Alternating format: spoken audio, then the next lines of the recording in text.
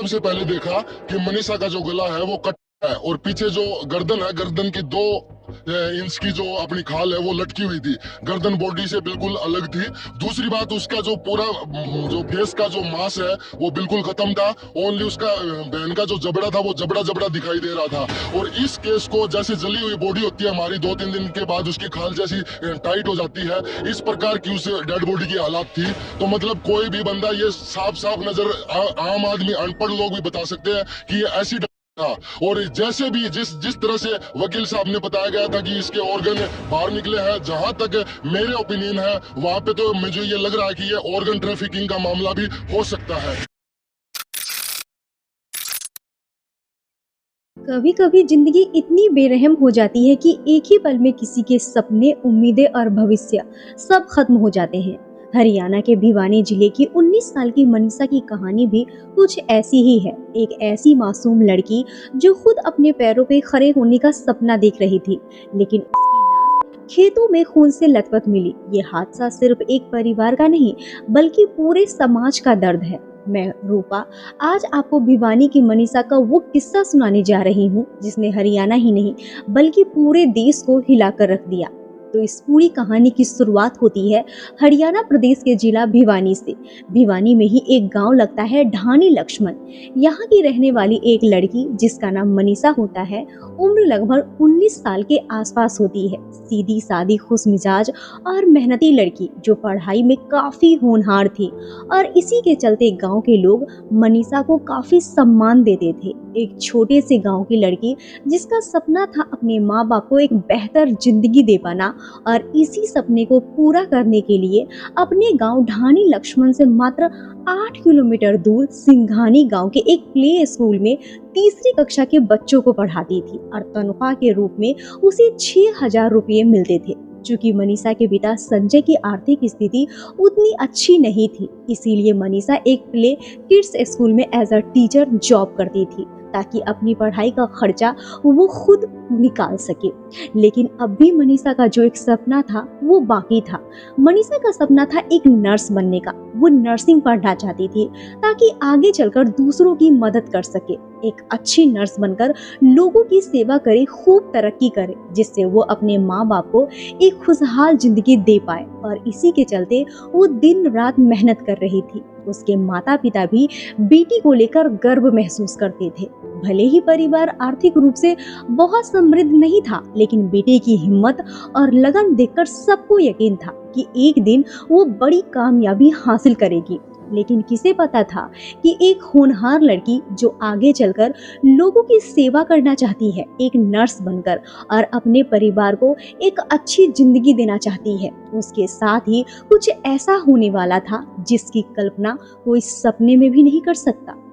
11 अगस्त 2025 मनीषा रोज की तरह play school में बच्चों को पढ़ाने जाती है। इसी दौरान मनीषा को पता चला कि बीएससी नर्सिंग के फॉर्म निकल चुके हैं। ये सुन वो खुशी से झूम उठी, क्योंकि मनीषा का सपना था नर्स बनने का। और इसी खुशी में वो स्कूल से ही लगभग 11:23 पर अपने पापा को कॉल लगाती है और उनसे कहती है कि वे आज नर्सिंग फॉर्म से रिलेटेड जानकारी इकट्ठा करने के लिए कॉलेज जाएगी, तो हो सकता है वो थोड़ी लेट हो जाए। इस पर पिता ने कहा, ठीक है बेटा, कोई बात नहीं, तुम अपना काम खत्म करके आराम से घर आ जाना। बेटी की पापा से बातें हो जाती है। थोड़े टाइम बाद स्कूल की छुट्टी हो जाती है। दोपहर 1:58 पर मनीषा स्कूल से बाहर आती है। इस सीसीटीवी फुटेज में आप साफ साफ देख सकते हो मनीषा सड़क पर कहीं जाते हुए दिख रही है, और अभी जो टाइम हो रहा है वो दोपहर के 1:58 का समय है। यही वो डिजिटल एविडेंस है जिसमें मनीषा आखिरी बार देखी गई थी।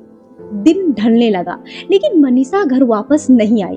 इसके बाद शाम को 6:26 पर मनीषा के नंबर से उसके पापा संजय के पास एक कॉल जाती है, लेकिन अचानक से वो कॉल कट जाती है। इसके 10 सेकंड बाद ही मनीषा के पापा कॉल बैक करते हैं तो मनीषा का नंबर स्विच ऑफ आने लगा।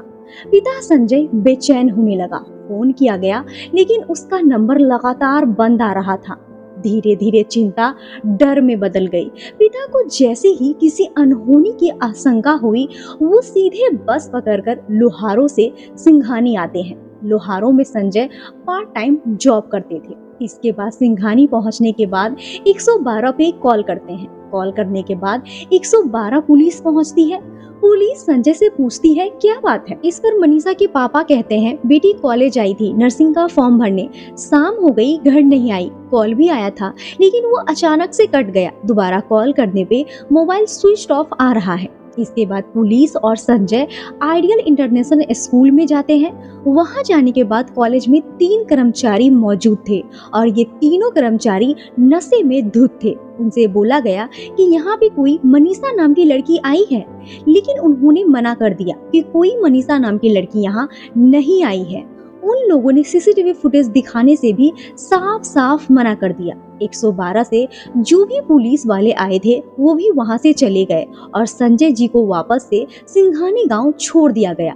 112 पुलिस ने कहा कि तुम लोहारू थाने जाओ और वहां पे एफआईआर कराओ। इसके बाद संजय थाने जाते हैं। वहां पे सारी बातें बताते हैं। पुलिस द्वारा पूछा जाता है कि बेटी की उम्र कितनी है। संजय बताते हैं 19 साल। इसके बाद पुलिस द्वारा वहां से जो जवाब मिला उसने संजय को तोड़ दिया। पुलिस ने कहा लड़की भाग गई होगी, कहीं पिकनिक मना रही होगी, 2-4 दिन बाद आ जाएगी, ऐसा अक्सर होता है, तुम चिंता मत करो। इसके बाद संजय बोलते हैं मेरी बेटी ऐसी नहीं है और अगर वो भागी भी है तो आप उसे तलाश करके मुझे सौंपे। 12 अगस्त शाम के 7:30 बजे एएसआई शकुंतला उनकी रिपोर्ट दर्ज करती है। अब घटना घटने के 2 दिन बाद यानी कि 13 अगस्त को जो खबर आई उसने सबको हिला दिया। सिंघानी गांव के पास के एक खेत में लोगों को एक शव दिखाई दिया जिसकी हत्या बहुत ही निर्मम तरीके से की गई थी। स्थानीय लोगों ने पुलिस को सूचना दी। लोहारू पुलिस घटना स्थल पे पहुंची। देखा तो एक लड़की का शव नहर के पास एक खेत में पड़ी हुई, जिसकी हत्या बहुत ही निर्मम तरीके से की गई थी। इसके बाद एएसआई शकुंतला ने सोचा ये शव एक लड़की की है और लोहारू में ही संजय ने अपनी बेटी की गुमशुदगी की रिपोर्ट दर्ज कराई है, तो एक बार संजय से शव की शिनाख्त करवा लेती हूँ। इसीलिए 13 अगस्त को एएसआई शकुंतला ने संजय को कॉल किया और कहा कि आइडियल कॉलेज से लगभग 1 किलोमीटर दूर एक नहर के पास एक खेत में एक लड़की की शव मिली है, जिसकी शिनाख्त के लिए तुम्हें आना होगा। एएसआई शकुंतला की इस तरह की बातें सुन संजय के होश उड़ गए। संजय बिना देरी किए घटना स्थल पे पहुंचा। जैसे ही संजय ने शव देखा और जो कपड़े उस डेड बॉडी ने पहन रखी थी, उससे संजय ने पहचान लिया कि ये उसकी मनीषा बेटी ही है। वो पूरी तरह से टूट गया, वहीं पे गिरकर दहाड़े मारकर रोने लगा, मानो उसकी पूरी दुनिया उजड़ गई हो। उसके सामने उसकी बेटी बेजान हालत में पड़ी हुई थी। बेटी का इस तरह से गया था कि किसी अनजान व्यक्ति की रूह कांप जाए, और संजय तो उसका बाप था। सोचो उसकी हालत उस वक्त कैसी होगी कि उसकी बेटी इस हालत में मृत पड़ी है। मनीषा का शव एक खेत में पड़ा हुआ था। बॉडी पूरी तरह से डिकम्पोज हो चुकी थी। देखने से ऐसा लग रहा था जैसे उस पर एसिड डाला गया हो। उसकी दोनों आंखें गायब थी। चेहरे पे सिर्फ जबड़ा ही नजर आ रहा था।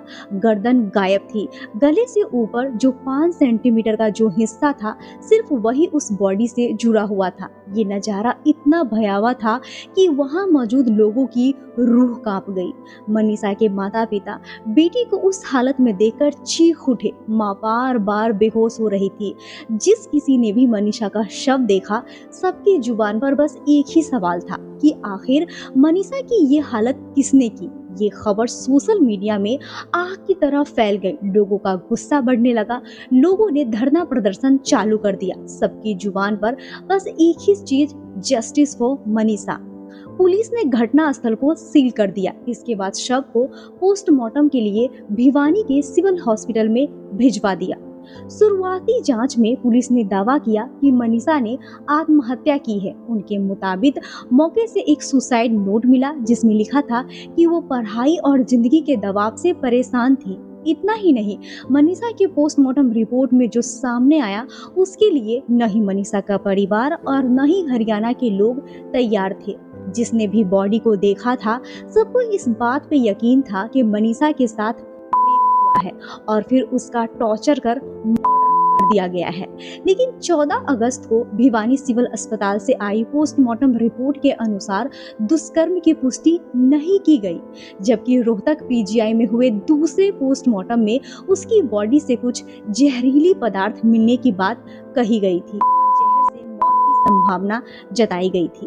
इन दोनों ही रिपोर्ट्स में दुष्कर्म की पुष्टि नहीं की गई। मनीषा के कपड़े या बॉडी पर सीमन नहीं मिला और न ही उसकी बॉडी पर किसी चोट का निशान है। पोस्टमार्टम रिपोर्ट के बेसिस पर पुलिस इस नतीजे पे आ जाती है कि मनीषा का न तो मर्डर और न ही रेप। लेकिन सवाल ये था, अगर ये आत्महत्या थी तो फिर उसकी गर्दन इतनी गहराई तक कैसे कटी? क्यों उसका शव खेत में उस हालत में पड़ा था? परिवार का कहना था कि मनीषा खुशमिजाज थी, सपनों से भरी हुई थी, उसने कभी हार मानना सीखा ही नहीं था। और सबसे अहम बात, पुलिस ने शुरू में ही ये लिख के दिया कि गलत काम करके गला रेत कर हत्या। ये पुलिस ने पोस्टमार्टम एग्जामिन के लिए जो एप्लीकेशन दिया था उसमें ये वर्ड्स लिखे थे, तो फोकस डॉक्टर और मर्डर के ऊपर होना चाहिए था। लेकिन आश्चर्य की बात तो ये है कि ना तो भिवानी और ना ही रोहतक, दोनों की ही पोस्टमार्टम रिपोर्ट में दुष्कर्म की पुष्टि नहीं की गई। जब ये खबर फैली तो पूरे भिवानी और चरखी दादरी में गुस्से की लहर दौड़ गई। गांव-गांव से लोगों सड़कों पे उतर आए। दिल्ली पिलानी हाईवे को लोगों ने जाम कर दिया, जगह जगह धरना और प्रदर्शन होने लगे। महिलाएं अपने सिर पे दुपट्टा बांधकर नारे लगा रही थी, हमें न्याय चाहिए, हमारी बेटियों को बचाओ। नौजवान सड़क पर बैठ गए, ट्रैक्टर ट्रॉलियां खड़ी कर दी गई। पूरा इलाका जैसे आग में जल रहा था। हर तरफ सिर्फ एक ही मांग सुनाई दे रही थी, मनीषा की हत्या करने वालों को फांसी दो।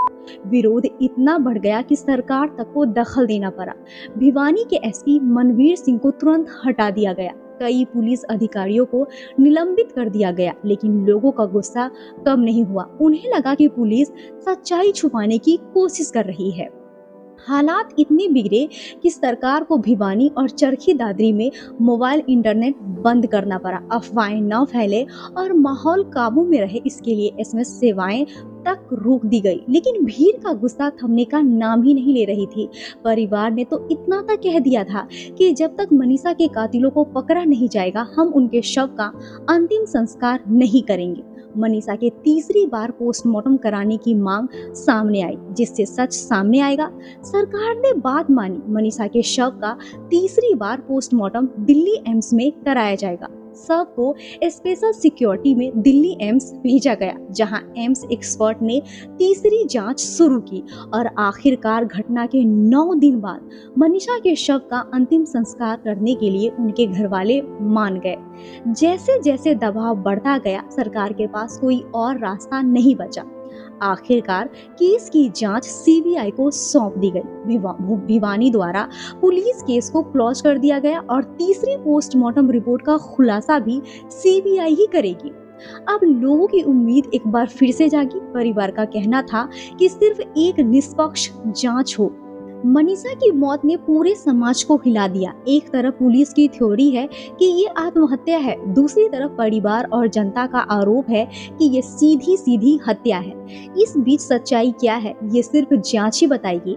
लेकिन इतना जरूर है कि मनीषा की मौत ने हरियाणा की बेटियों के लिए सुरक्षा और न्याय की लड़ाई को और तेज कर दिया है। आज भी लोग सड़कों पर यही सवाल पूछ रहे हैं, क्या हमारी बेटियां सुरक्षित है, क्या इंसाफ मिलेगा? मनीषा अब इस दुनिया में नहीं है, लेकिन उसकी यादें, उसकी मुस्कान और उसके सपने आज भी लोगों के दिलों में जिंदा हैं। कहानी खत्म नहीं हुई है।